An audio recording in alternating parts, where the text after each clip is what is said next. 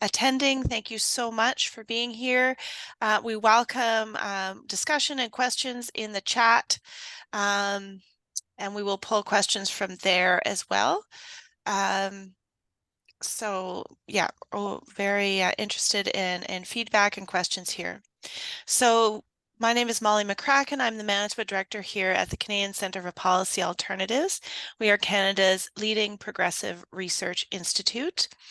And we have been following Manitoba finances. That's part of our mandate here, and are doing a special presentation today in the lead up to the budget consultations, because there's some very important information that we need to share with you about Manitoba's fiscal situation, and information we feel people who are presenting or giving in submissions might want to take into account in their comments as well.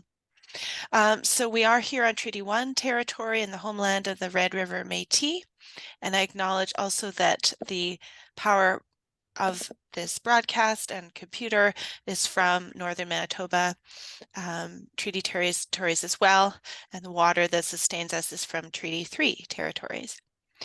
So we have two folks presenting today. We have Jesse Hager, who is an assistant professor in labor studies and economics at the University of Manitoba and a research associate with our office. And then we have Niall Harney, who is the Errol Black Chair in Labor Issues and a senior researcher here with our office. And we also have tech support from two staff members. So those are the other screens you see up here. So yeah, I'll hand it over to you then, Jesse, to start the presentation, and then Niall will follow up. Also, please, folks, feel free to introduce yourselves in the chat if you like. So we have a little bit of information of who's here, if there's something in particular you're interested in. Yes, we're interested in hearing from you. So yeah, over to you, Jesse. Excellent. Thank you, Molly. Very happy to be here today. Thanks to everybody who's here taking the time to hear about what we have to say. There's two things Niall and I are going to be talking about today.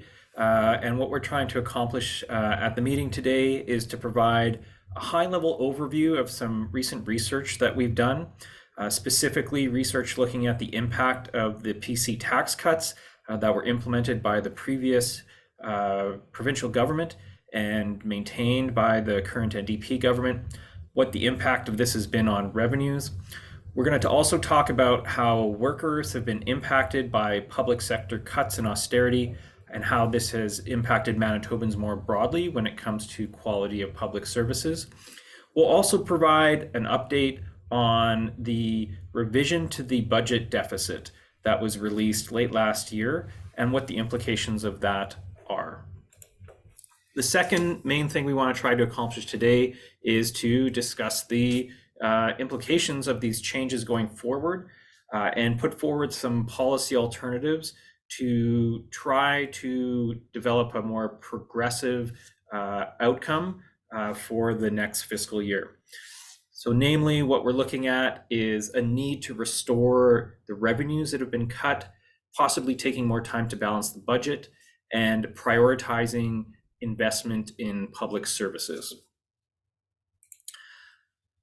The research that we're presenting today is drawing primarily on this report we titled Funding Our Way, Rebalancing Revenues and Spending for a Fair and Prosperous Manitoba. This was authored by Niall and myself, as well as David McDonald with the National Office of the CCPA. So this report focuses in on how tax cuts that have taken place have given much more to the well-off and very little to those who need it most. And it's actually ended up creating a bit of a fiscal crisis or a structural deficit here in Manitoba, where our own source revenues now, so the revenues from provincial government sources, taking away provincial revenues, we're now at a record low. So we're going to try to make the case that we have the space in Manitoba to modestly and progressively increase taxes and primarily focusing on getting rid of some of these regressive tax cuts that have taken place.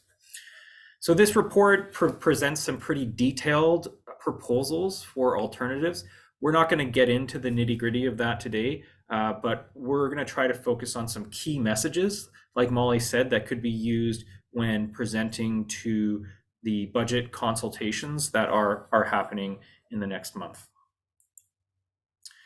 So let's start with our first key finding, which is that the Manitoba government has cut nearly 1.6 billion in revenues since 2016.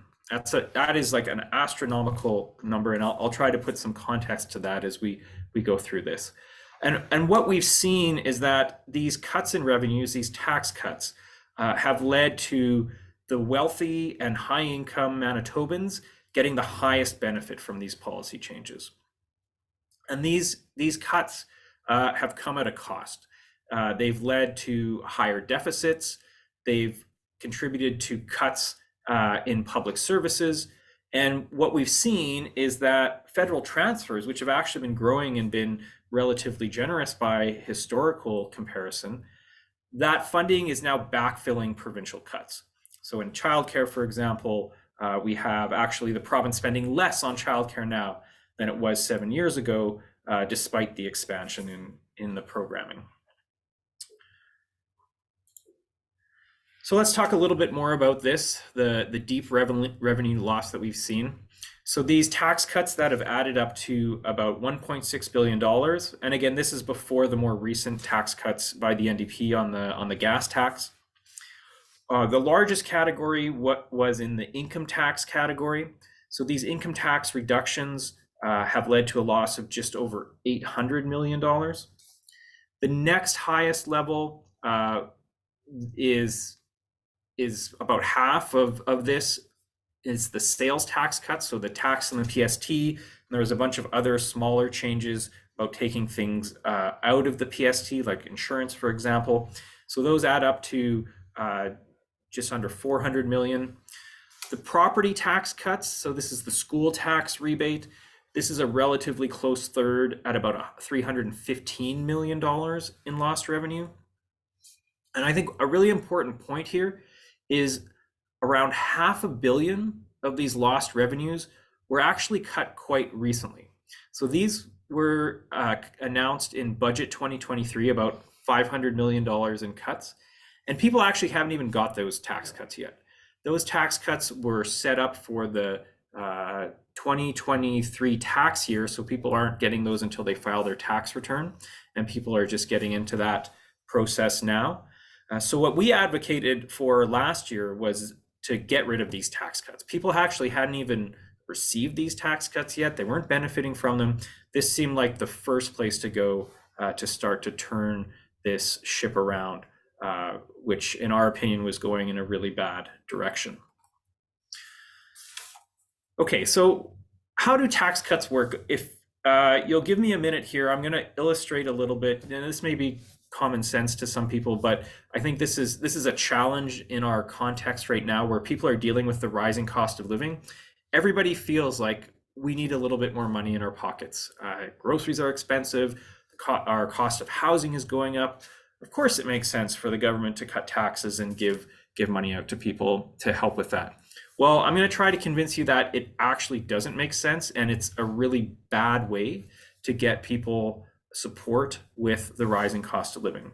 And the main reason why we think this is a really bad public policy is that it gives the most money to those who actually don't need it, and it gives nothing to those who are struggling the most. So if we think about the net taxes that people owe, when I talk about net taxes here, I'm talking about the taxes that you pay minus the benefits you get back through the tax system. We can think of these as things like tax credits, but also things like the Canada Child Benefit and Rent Assist. We would think about all those programs being part of the larger tax and transfer system.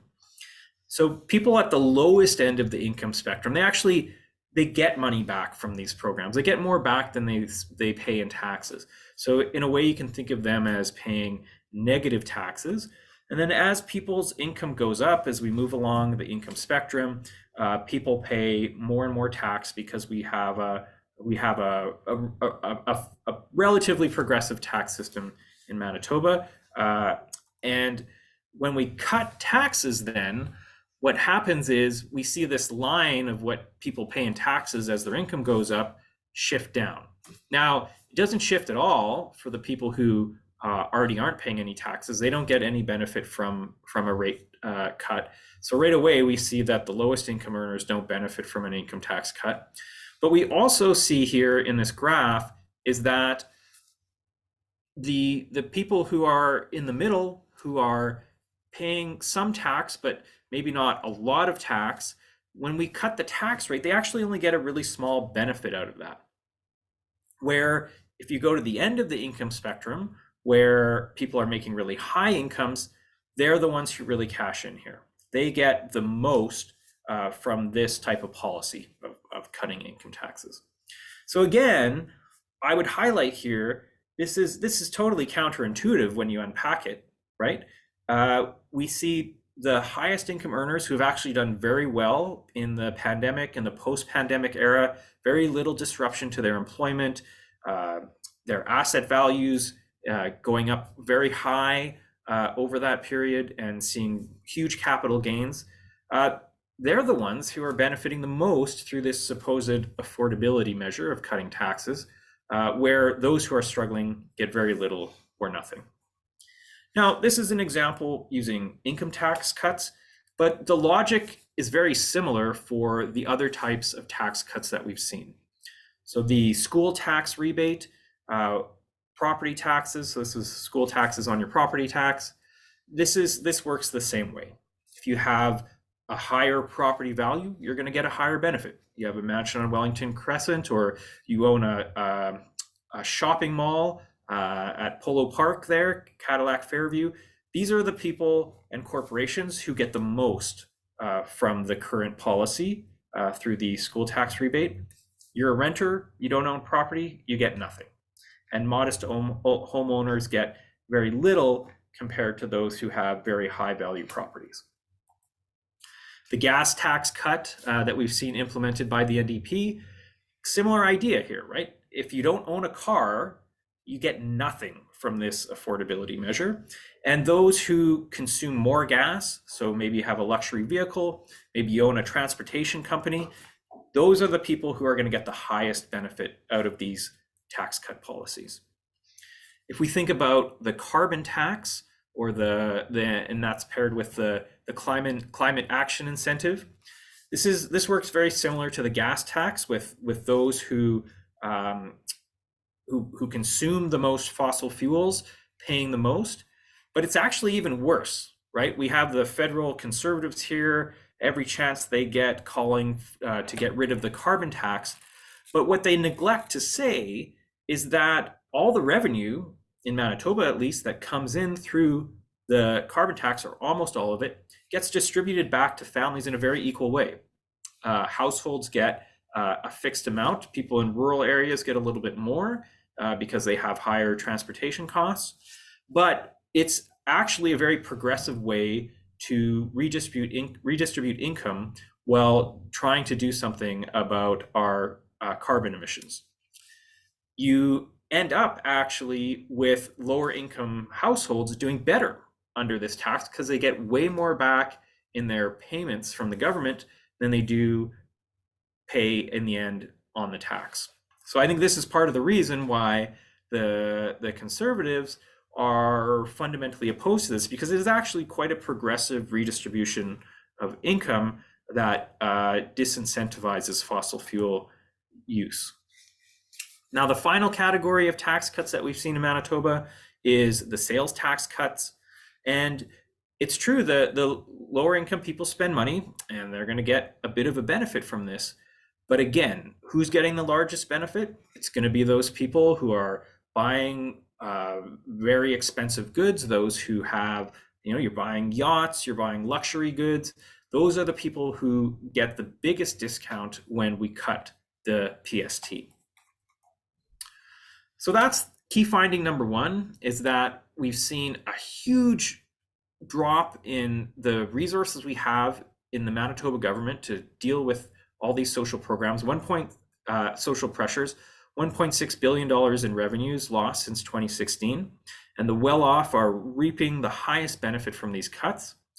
The second point I want to focus on, and I did mention this already, but these tax cuts have brought Manitoba's own source revenue to a modern low relative to the size of the economy. So as economists, we like to measure the amount of revenue that we take in and how much government spends relative to the size of the economy. With inflation, even before the rapid inflation we've seen now, prices go up every year. So that's not, a dollar value isn't really a good indication of the commitment of our society's resources to public services. So we measure that compared to the size of the economy. So what we've seen in Manitoba now is that our own source revenues have come to an absolute modern low. And that is a big problem. It creates risks for us. The first risk is it makes us vulnerable to reductions in federal transfers. We have the potential for a change in government over the next few years, with the Conservatives leading the Liberals by quite a margin. And they have not been as supportive supportive of the large transfers that the federal government has been giving to the provinces for things like health and childcare. We also know that there are some economic clouds on the horizon. The economy, while it's still doing pretty well, has shown some weakness. Growth has slowed down.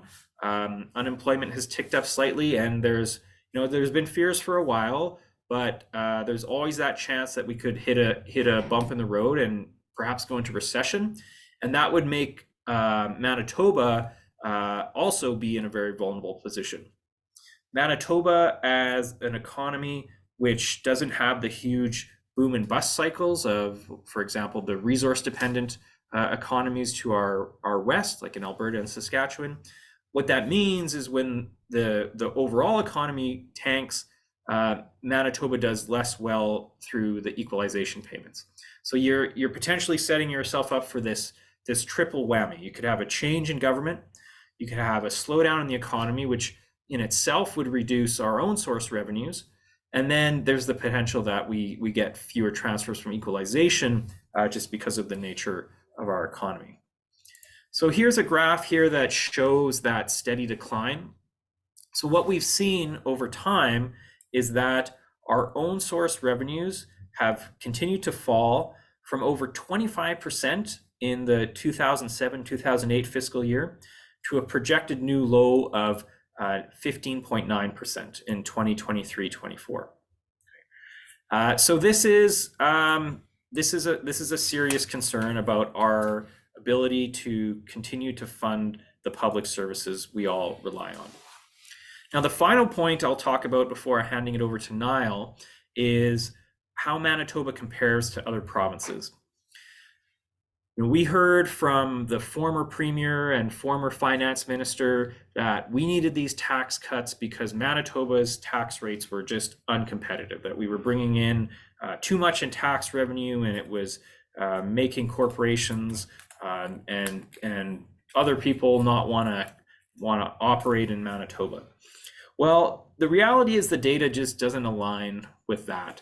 Manitoba's tax revenues range from the lowest to among average when it comes to provinces in Canada when we look at revenue relative to the size of the economy.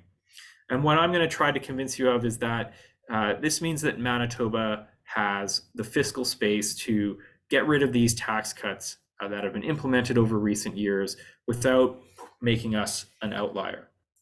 Now, I'm going to throw out a few stats here that talk about our relative position, but it's important to remember this data is from before the budget 2023 tax cuts. So things are even worse now after these massive tax cuts that happened in budget 2023.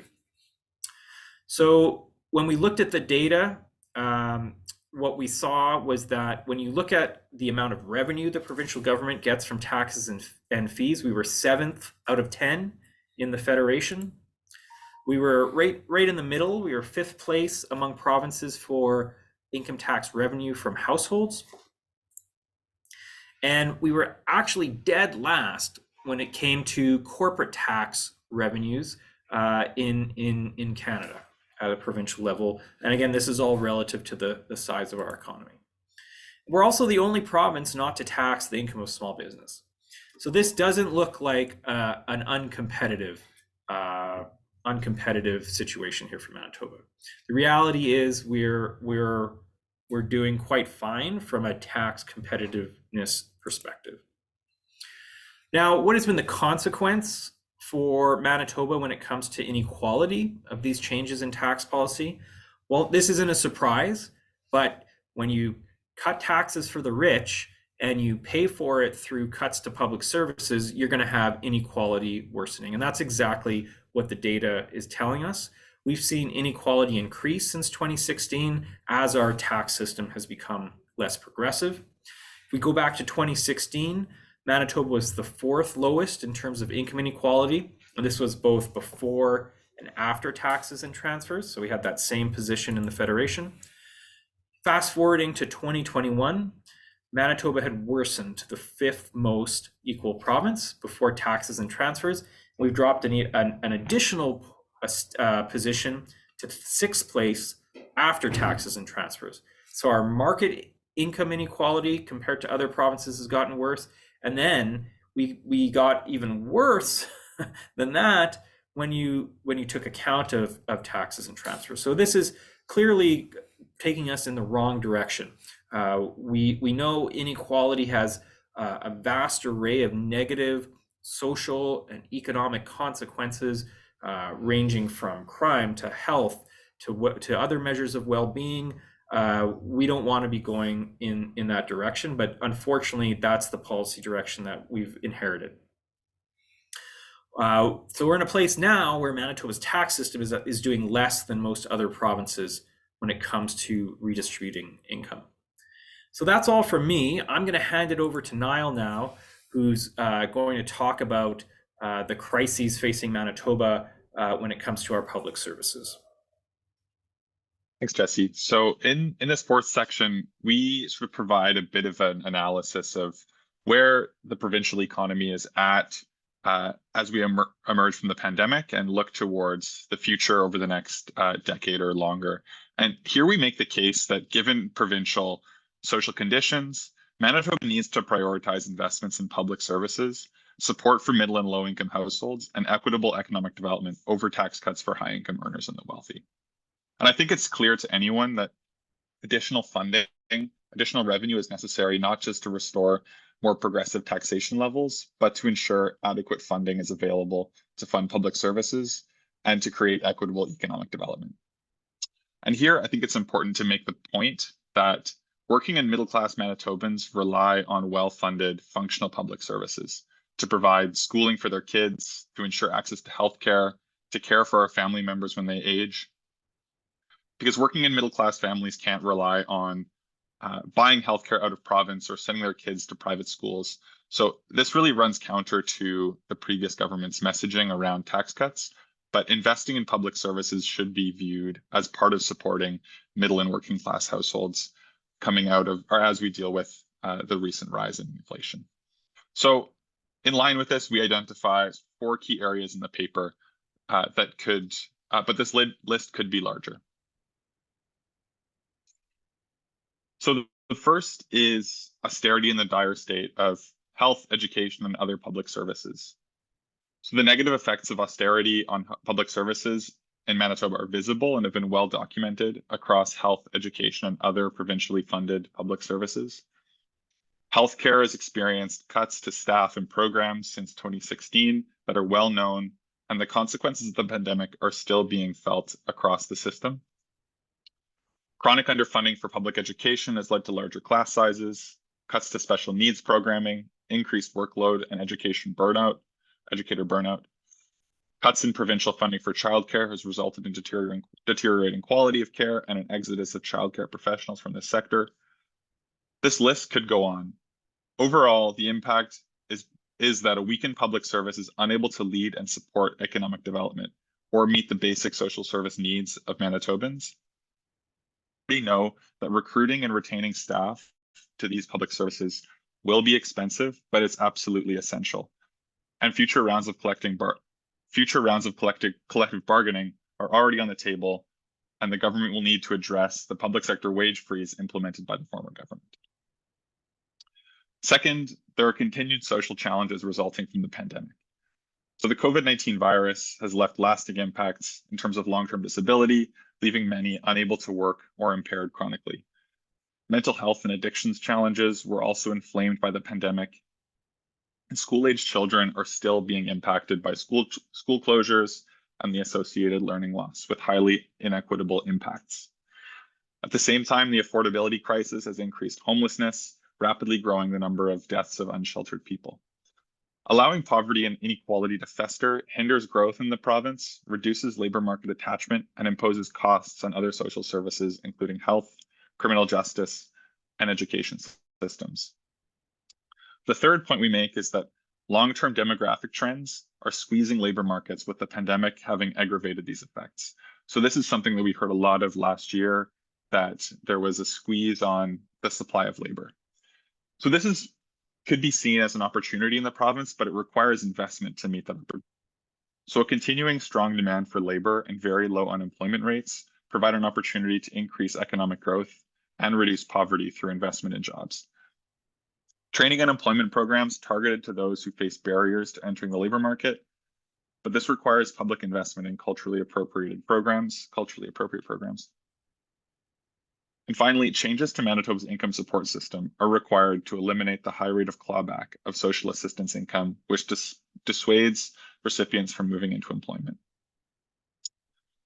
Finally, Manitoba desperately needs to begin transitioning from fossil fuels towards electrification. Increasing weather volatility due to climate change is already wreaking havoc on public health and the provincial energy grid. There are local economic development benefits from investing in local green infrastructure instead of paying for oil and gas produced out of province. And redirecting power produced by Manitoba Hydro, currently sold in low value export markets, towards domestic consumption is a win-win. Move to the next slide.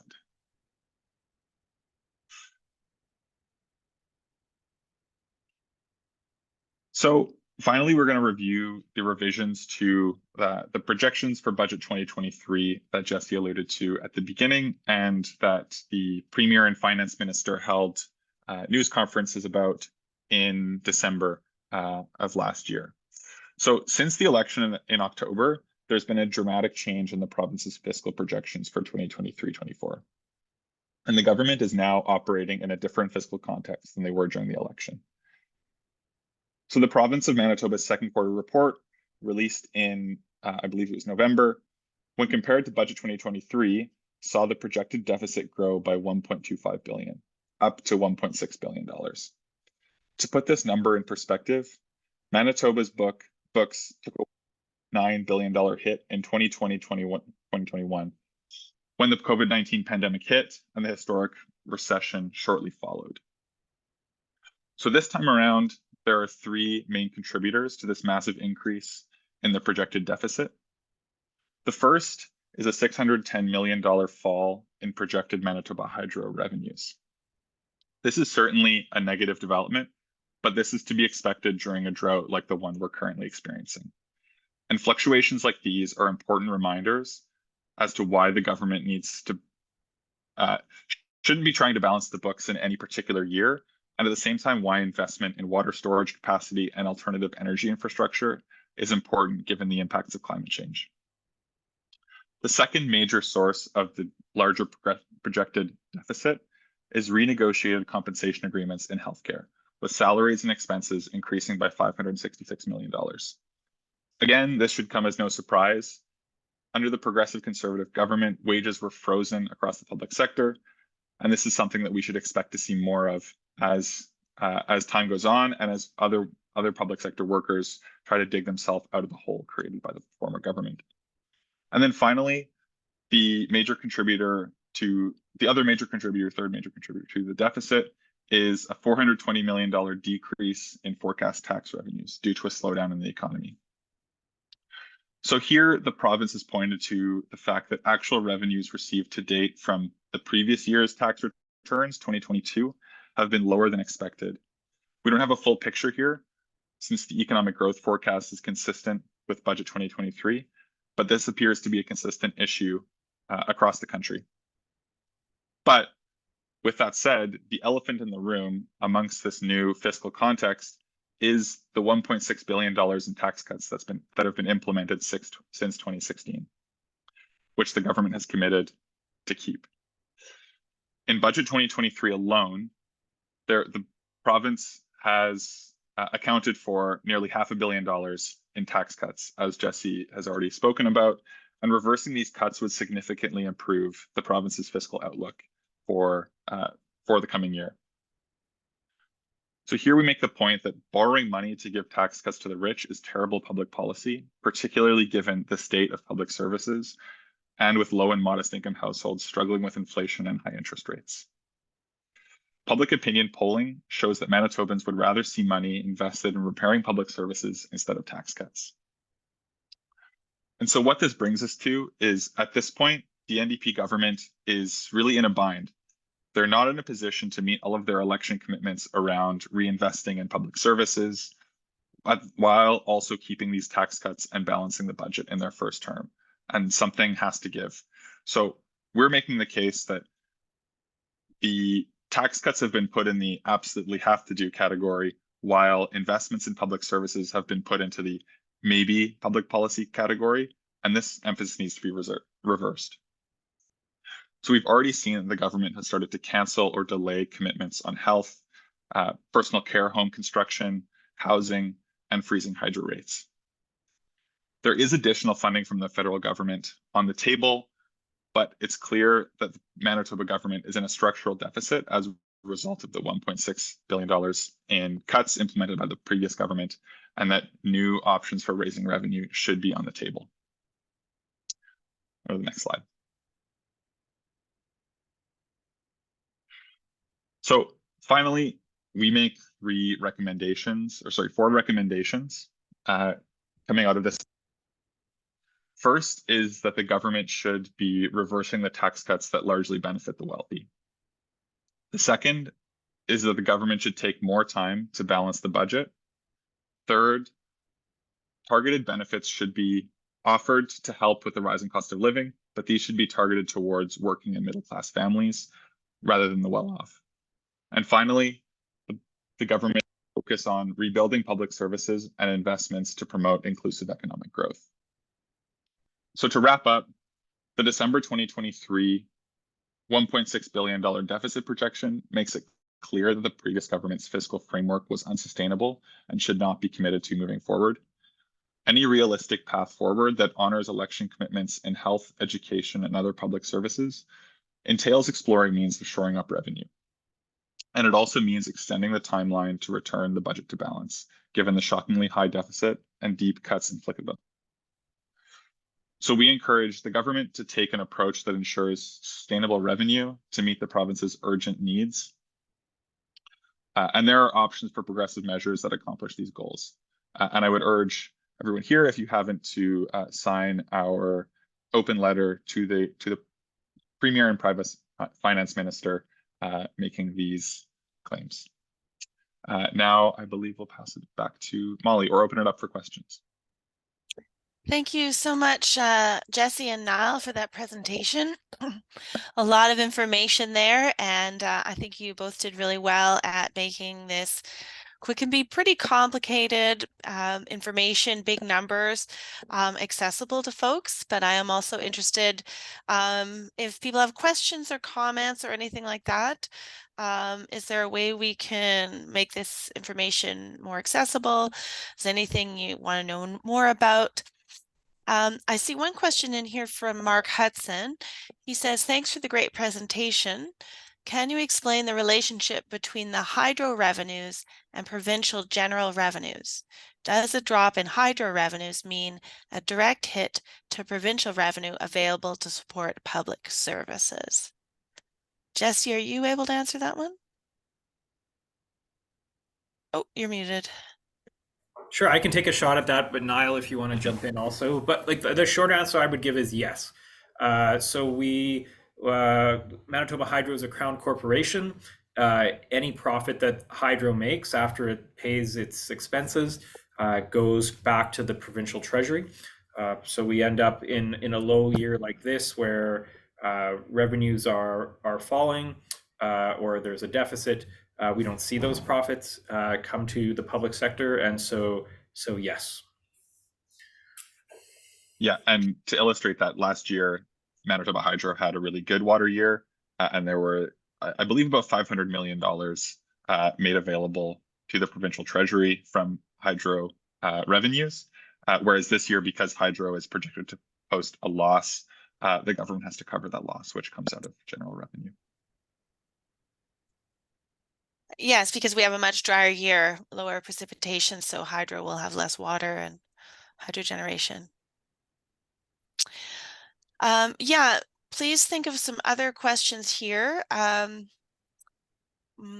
Jess or Karen posted in the chat here about the budget consultations. So this is the consultation period for the province, and it's a very important period. It's important for us to ask questions and raise our voices. We do have an open letter to the Premier and Minister of Finance based on our concerns in this presentation. And we're trying to show that there is concern and support for revisiting the tax cuts and making sure that public services are invested in, because we do want to see strong public services here in Manitoba and infrastructure and all the other. So yeah, you can do the survey online. Also, I would suggest writing in and attending the public meetings if you can. These are all ways that people can engage with the budget process right now. I have a question, unless anybody else has a question. So when the budget comes out, and maybe this is a question for either one of you, how will we know what is getting cut or not?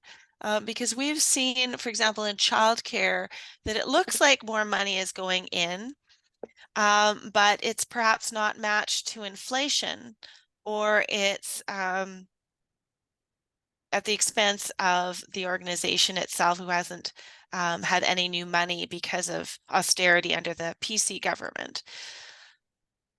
So yeah, when we see the new budget, how can we see if any new investments have been made or not? Thanks for the question, Molly. I can start us off here. The areas like childcare are a bit complicated because we have big changes in federal policy happening. And so it's actually quite hard to look at the budget documents or other provincial public reports and see very clearly what's happening with the provincial contribution to childcare. What's happening there is they get revenues from the federal government, and that's you have to kind of dig a bit to find that information. And so it did take the work, like Susan Prentice and I did some work trying to tease out what the difference is here. And that's how we actually produced the data that showed the province is spending less on childcare now than it was before, back in 2017. Now, a lot of areas aren't that complicated, right? You can look at post-secondary education, you can look at the social assistance budget, and the transfers. It's not that we don't get federal transfers to support that, but those dollars are much more flexible and come through a larger envelope. So you can look pretty closely at those numbers and see what's going up and what's going down. I would also highlight that going up is always relative, right? Like, we need to look at the rising cost of living and inflation, and frankly, that's really how the last government got away with saying they were spending record amounts in certain areas. But the reality was the revenues were through the roof because of inflation. Inflation drives up tax revenues, and they were freezing wages and freezing funding to workers and to many organizations. Or they, even when they did give them increases, they were way below inflation. So we need to take into context the growing pressures on service providers in the public service, and not always see an increase as necessarily a great thing. Certainly, we want to see increases, but how big that increase is needs to account for these growing population, growing cost of operating, and just the broader deterioration of the system and the repair that is needed. Okay, thanks, Jesse. We have a question here from Bernice. Do you know why the new government felt the need to maintain the previous government's cuts? Also, thank you for this wonderful presentation.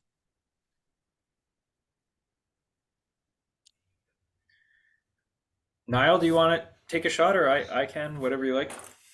Yeah, I mean that's a can of worms as a question, and I feel like Jesse, you probably have more thoughts on this than I do, but I feel like both of us, it's speculation, really. Yeah, it's interesting, right? Like I don't have any insider knowledge on this, but we know that the Manitoba government is won or lost in elections by suburban Winnipeg, right? You have this situation where a bunch of high income earners make the difference often as to who gets to be in the premier's chair. And so I think at a high level, there was this concern about alienating that constituency. Now, in my opinion, I think that was a mistake, not just a public policy mistake, but I think it was a misreading of where the public was at.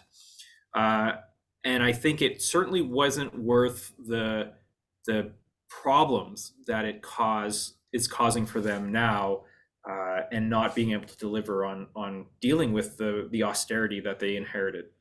I think Manitobans were at a place where they could see the impact of the tax cuts. They were tying the impact of the tax cuts to the deterioration in public services. I think we saw that in public opinion research, whether that was surveys commissioned by the Canadian Centre for Policy's Manitoba or the government's own Engage Manitoba surveys. Tax cuts were not on the radar as a priority. It clearly was not coming through in the data. And after 7 years of cuts, everybody knew somebody who was personally impacted by these cuts, right? Whether it was your kids in school not getting their needs met, growing classroom sizes, healthcare, not being able to access the services or surgeries that are needed. Like this was something that was broadly understood, and I think the public was at a place where they saw the connection that these tax cuts were being paid for by service cuts. But yeah, I don't know. I wasn't around the table for that decision. I think it was a bad decision, but I think people were very worried about the impact of another round of the Conservatives being in power. There was a whole other set of huge tax cuts implemented that were promised by the PCs during the election campaign, and if they would have won the election and gone through with another round of over $1 billion of tax cuts, it would have been an absolute bloodbath for the public sector. So I think there was a fear that that couldn't happen. But again, I'm just speculating here. I can't say for sure. Yeah, certainly we've seen the broader neoliberal approach in mainstream politics really demonizing taxes. But taxes represent our collective ability to pay for public services for everyone. And what the Canadian Centre for Policy Alternatives has always said is we need people to pay their fair share and for there to be progressive taxation. And yeah, I urge people to read Funding Our Way because there's a whole section in there on how we could make our income taxes more progressive to properly put more money in the hands of low-income people.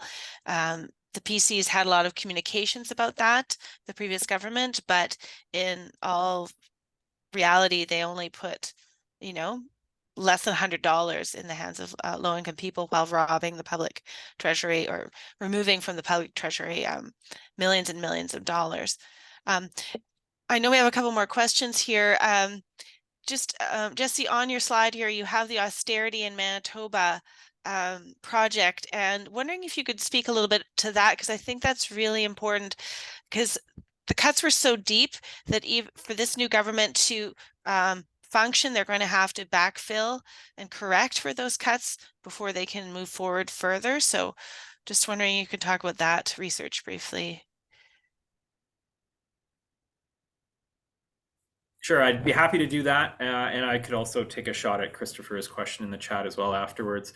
Sure. So the Austerity in Manitoba project has been a 2-year project where we, as academics, a group of academics, along with the CCPA, partnered with public sector unions to get firsthand accounts of the impact of austerity and what that has meant, not just on the impact of public services, but also on the working conditions for public sector workers. And this was a study that looked at the broader public sector. So we looked at the civil service, but we also spoke to teachers, to physicians, to nurses, all across the broader public sector. And the data we got back was, just quite shocking. We really are in a situation where our public service is in complete disarray. Most of us are familiar with the high profile areas, for example, in healthcare, and what the cuts and restructuring did before the pandemic, and how the pandemic just ultra intensified the impacts of that. So now we have huge recruitment and retention problems. We can't even hire people, and the wage freeze compounded that and had the same effect across the entire public service. We can't hire people to work in as conservation officers or as working in the vital statistics branch. And I think the government, by the end, the PC government at the end started to recognize this and did eventually loosen the wage freeze and start to fill positions. But it got to the point where people didn't want to work for the government in Manitoba anymore, because of the not just the pay, but also just the lack of respect that the government was treating its workers with. So we have a number of op-eds that were published in the Free Press, and these are short summaries of the impact across all the different areas of government. So you can just search austerity in Manitoba, and it should come up. It's on the Manitoba Research Alliance site, and that research is all based on surveys done with public sector workers. Now, Christopher in the chat is asking, how does the new government commit to fixing healthcare and the budget revenue connect with the housing crisis? I think that narrative has been lacking. So certainly as a broader public service, it's under the same type of constraints. Like if we don't have the revenue to pay for public services, we don't have the revenue to pay for social housing. This has been a chronic problem for decades. We saw some progress under the previous NDP government, where we saw for the first time in years new social housing units being created. When the Conservatives came into power, there was a big push to sell off social housing. There was some fairly high profile sales of public housing units at the beginning of the Conservative government. What happened over time, and I would give credit to the Right to Housing Coalition for their activism on this issue, that agenda was pretty well frozen in its tracks, and by the final years of the Conservative government, public pressure had got the government to actually commit to building some new social housing units. It was a full-on reversal of policy position. But again, this is an issue where you need money to invest, right? Now, we know housing is fundamental. There's so many negative spin-offs to people being in precarious housing, to all the way to being stuck on with no options at all and being in the most desperate situations. And we know that the research tells us that the longer that someone is in that position where they're homeless, the harder it is to help stabilize that person later in life. So we really need investments in this, not just because it's the right thing to do, but there's all these negative impacts on our broader social systems, whether it's health, criminal justice, etc. But if we don't have the revenues to do that, then we can't take those needed steps. Thanks so much, Jesse. Great answer and great question, Chris. I do appreciate this. And I think the social determinants of health approach is really important, that government spends a lot of money in healthcare, and a lot of the, health problems could be prevented if people have access to proper housing that's reasonably affordable for them, good quality, and other things like we can imagine, like good food and things like that. So just wondering, we don't have any more open questions here. We have a comment from Holly. Thanks for explaining how tax cuts positively benefit the wealthy and negatively affect the working class, and therefore increasing inequality overall. So thanks, Holly, for that. Just maybe on the final note, I'm wondering from both of you, what are you looking for in this budget? What are some things that you would like to see in particular to help start reversing this income inequality, tax cuts and other things? Or reversing That's a tax great, cuts, I mean. Go ahead. yeah, I mean, that's a great question, Molly. I think what we're both looking for here is, yeah, what we had on that second to last slide, a reversal of the tax cuts, which we've gone over in this presentation. I think this is really an essential starting point for reinvesting in public services and ensuring that more equitable approach to economic development that we've been discussing this afternoon. It's really difficult to see how much progress gets made on repairing public services without taking that first step of reversing tax cuts and raising the level of provincial revenue that we have to work with.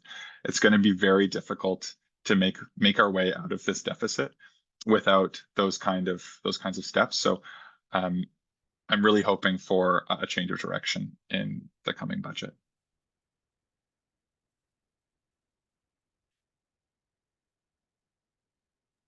Go ahead, Jesse. And do you want to give some specific examples of what are some things that would target benefits to working and middle class families? Yeah, for sure. So we go into a lot more detail in the Funding Our Way report, and there's been some other publications that I've helped put out through the CCPA that put forward different options. So the ones in the Funding Our Way report are more focused on the revenue raising side. So Niall mentioned reversing the tax cuts, but we also talk about making our property tax system more progressive, increasing the land transfer tax, again, making it more progressive, hasn't been revised for ages, increasing the corporate tax rate. So there's a lot of options out there for raising revenue in a more progressive way. And then there's many other things that we could do that actually do make a difference for affordability, and those benefits do reach everybody. So public transit, for example, you really want to help people with high gas prices, provide an alternative to personal vehicle use and create a reduction in transit rates. There's other places around the world who have experimented with this, very low cost or free public transit. And it just makes sense from so many different perspectives, right? It helps people directly with transportation costs. It reduces greenhouse gas emissions. It's very much a subsidy that goes towards lower income people. So those type of programs, introducing more and more generous programs to help retrofit people's homes, to reduce the costs of utilities. Those are the type of things that actually get to the core of where our affordability crisis is stemming from and helping reduce those costs, right? A lot of it's been energy, but I could go on and on, but basically investing in more collectivist, universal public programs is a great way to reduce the cost of living. We see the childcare program. We had our living wage release a while ago, and what we saw is that even though prices were going up significantly, the price of food and housing and transportation was going up, but when you provide $10 a day options for childcare, that actually is a huge savings to families with kids. We can think of programs like the dental benefit, trying to take that to the next step, incorporating that into our public healthcare system.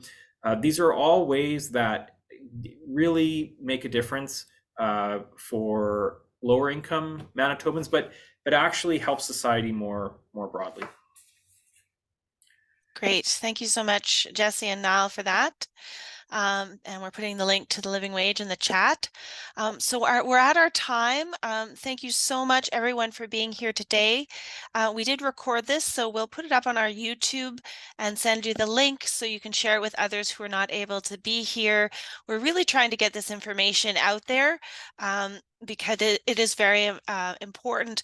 The cuts that were made under the previous government, particularly in the very last budget, were radical, and they're really going to affect our ability to provide for services that we all rely on now and in the future. So the more people who are educated about this and speak to elected representatives, then the more possibility for action and response. So thank you so much, and thanks so much, Jesse Hager and Niall Harney, for all your work and your presentation today. We appreciate it. Have a Thanks good day, everyone for everybody. coming out. Thanks for coming.